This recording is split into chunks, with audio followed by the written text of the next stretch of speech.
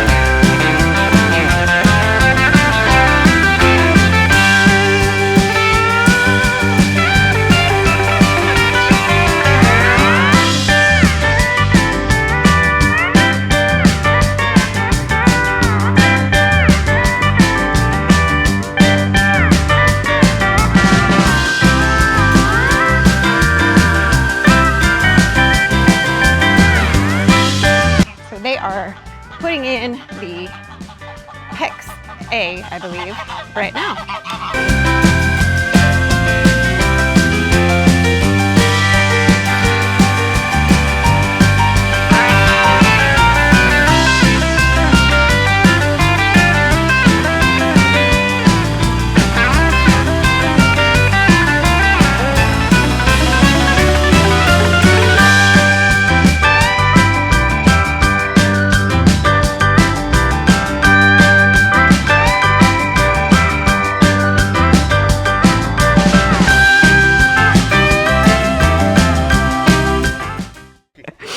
Keep a good distance away from any fittings and start backfilling.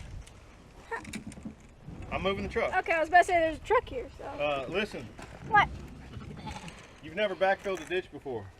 No. Do you want me to tell you how I would do it, or do you want to just get after it? You can tell me how you want me to do it. Okay, the way That I doesn't would mean I'll do it listen. is I would take that bucket, go all the way forward, down like this, drive right toward it, get it down close to the ground, and push.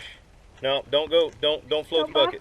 No, because it's going to dig in when you're going forward. Only float the bucket when you're going backwards. Okay. Okay? You're going to have to position the bucket where you want it, drive forward a little bit, then lift the bucket, come past the ditch, set it down, angle it back slightly, and pull it back. Try to have any excess on top of where the ditch was. And then we're going to drive over it. But don't worry about driving over it for now. Just do your best backfilling. Okay.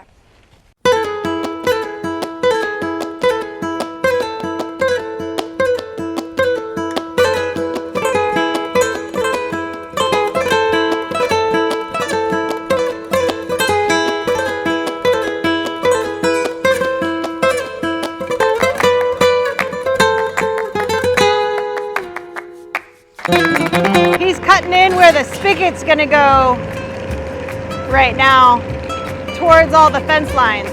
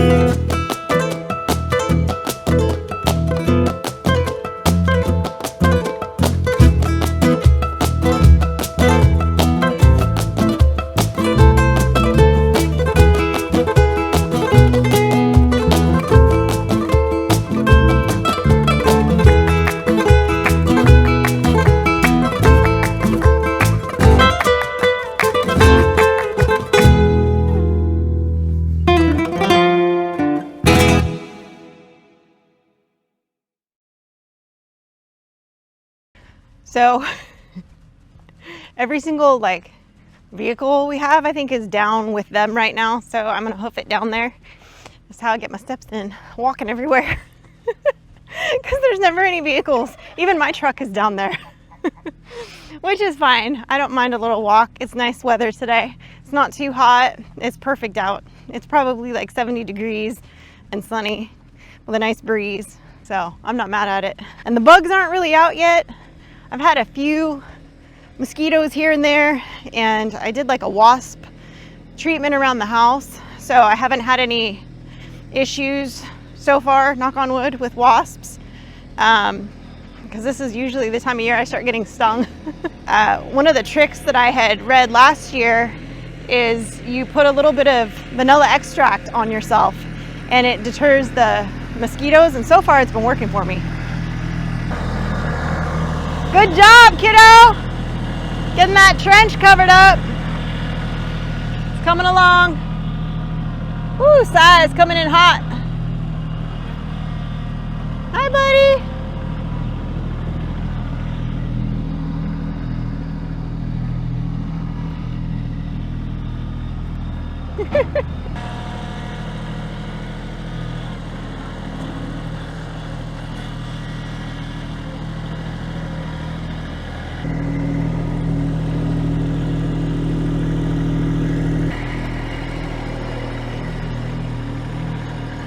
It's 1,200 feet, according to Mike, from the spot there at the top where we started trenching today to where they're ending, where we call it the tree island out here in this back paddock, or back pasture rather.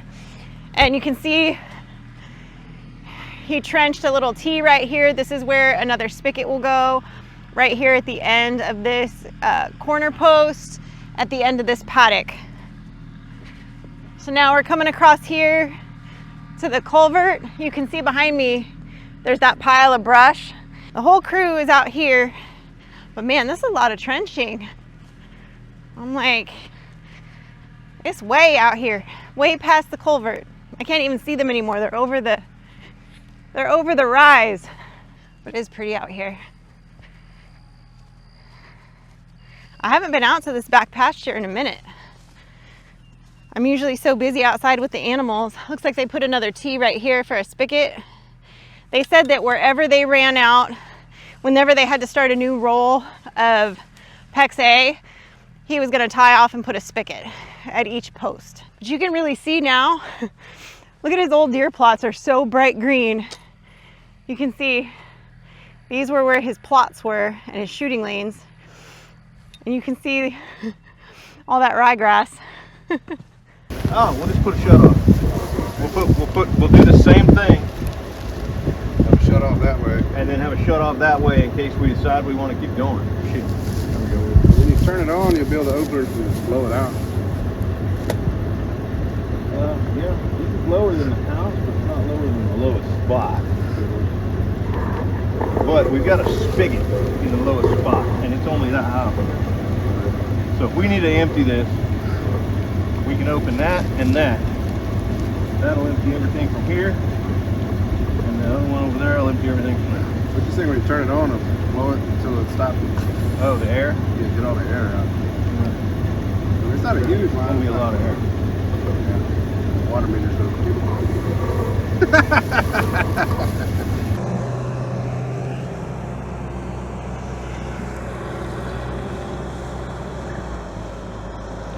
That's the little tree island right here. It looks farther away on the camera than it does in reality from where they finished the trenching, but it's essentially right at the beginning of that line.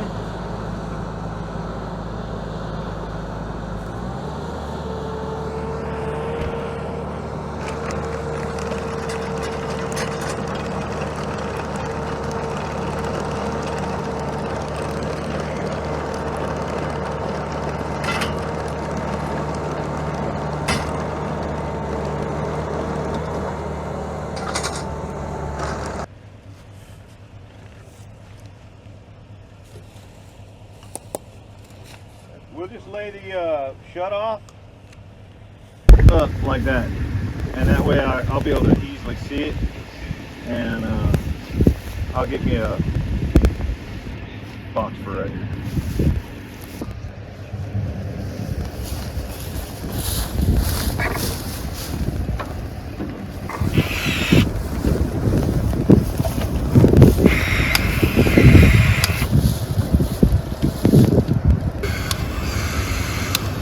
Didn't seem to you're after a root, but it grows in the woods.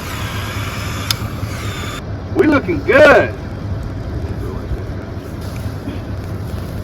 You stand that roll up to where it's not trying to twist.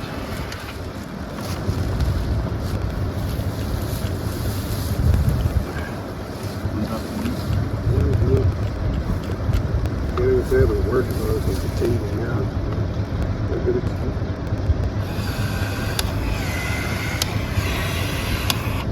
So now we're going to thrust that into that trench right here.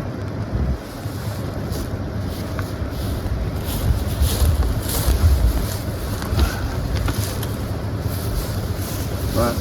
Clear it. Sure. That's a perfect spot. Oh, yeah. I know. Well, trust me, I'm learning right now. I don't know if these two are, but I'm studying. You're schooling me right now. Yeah, I feel like I should say something. Nah. Remember who your people is. Keep this out of your orifices. We got a lot done today, guys. There's of course always more to do, but we did make a huge dent in this project. We appreciate you following along with our journey, guys. And as always, remember, stay blessed and safety's off.